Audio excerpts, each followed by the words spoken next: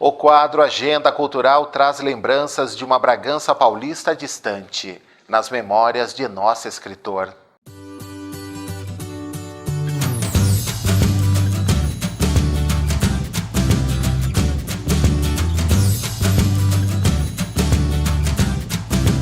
O tempo, como um redemoinho, absorveu o entusiasmo e o encanto que reinavam até metade da década de 50 em Bragança, a conhecida Cidade Poesia. Isto nos ocorre quando vemos o município crescendo desordenadamente em todos os sentidos e o progresso, embora visível, não acompanha um plano de ocupação urbana como seria necessário. Voltamos ao passado em busca dos costumes daquela época em que não havia tanto conforto, mas vivíamos felizes, comendo alimentos puros, sem pesticidas ou fungicidas. Senhoras e senhoritas, donas de casa, eram orientadas por suas mães e esmeravam-se na culinária, bem como na preparação de doces e licores que eram servidos nas visitas de parentes e amigos, comum naquela época. Havia excelentes doceiros em nossa cidade que faziam da arte da confeitaria o seu comércio.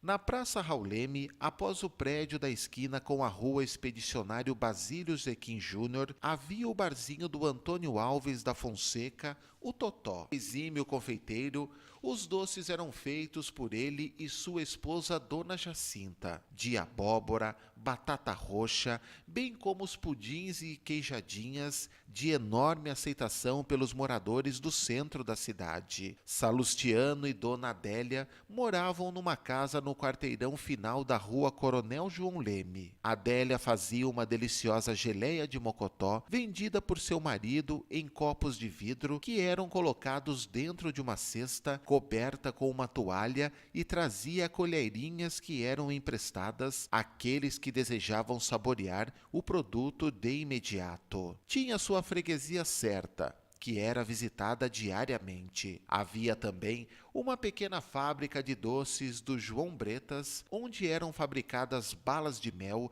de chocolate e outros sabores, além de diversos doces. Placídia Rosas, professora do grupo escolar, mandava um de seus alunos comprar balas, as quais a mestra colocava num vidro com tampa para mais tarde serem distribuídas aos alunos como um agrado. Com R$ 1.000, equivalente hoje a R$ 1, vinham 100 balas, que davam para encher o recipiente colocado em cima de um armário onde ficavam guardadas para não amolecer. As lembranças de nosso escritor vão mais longe. No grupo escolar Dr. Jorge Tibiriçá, o recreio era muito esperado pelos garotos, pois na porta de baixo ficava um senhor, o seu Casimiro, quase sempre vestido de jaleco branco e gorro da mesma cor, que vinha com uma vasta cesta de guloseimas caprichosamente preparada por sua esposa. Tinha um pãozinho que era especial. Na entrada de cima, uma amável senhora, Dona Ana Maria de Oliveira, mais conhecida por Inhana,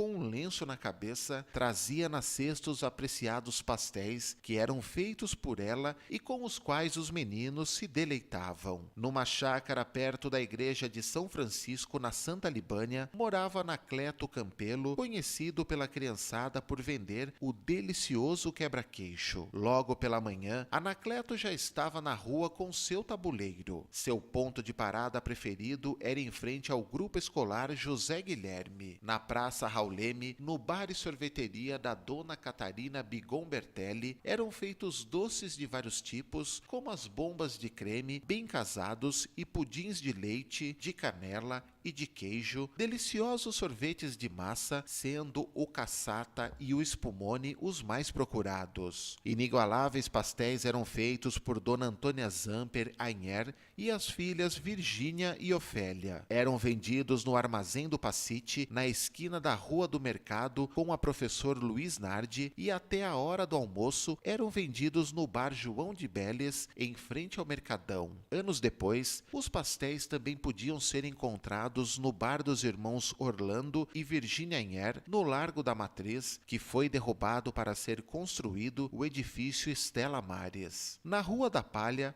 depois Independência e hoje Coronel Assis Gonçalves, no quarteirão acima do atual Palácio do Bispo, existia a quitanda de Manuel Cassim, que com sua esposa Dona Martiniana faziam doces de batata roxa, abóbora e o especial de banana. Nosso escritor disse que conheceu bem Emílio Zamper, de espírito brincalhão, prestativo e batalhador, que trabalhava num açougue no antigo mercado municipal, junto a seus irmãos Francisco, Eugênio e Vitório. De segunda a sábado, Emílio fazia entrega de carnes e em cada pacote tinha o nome dos fregueses. Em cada residência, Emílio parava um pouco para descansar, pois vinha com a enorme cesta desde o açougue até a praça principal e adjacências, subindo as ladeiras com um enorme peso. Sua esposa fazia geleia de mocotó, que era vendida de porta em porta por Emílio, e aceitavam também pedidos de salgadinhos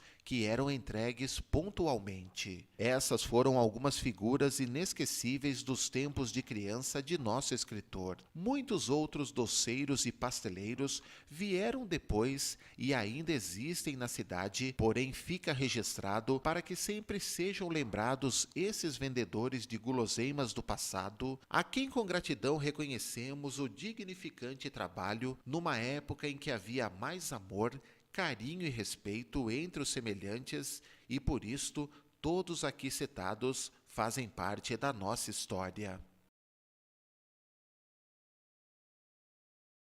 Vamos ver a previsão do tempo.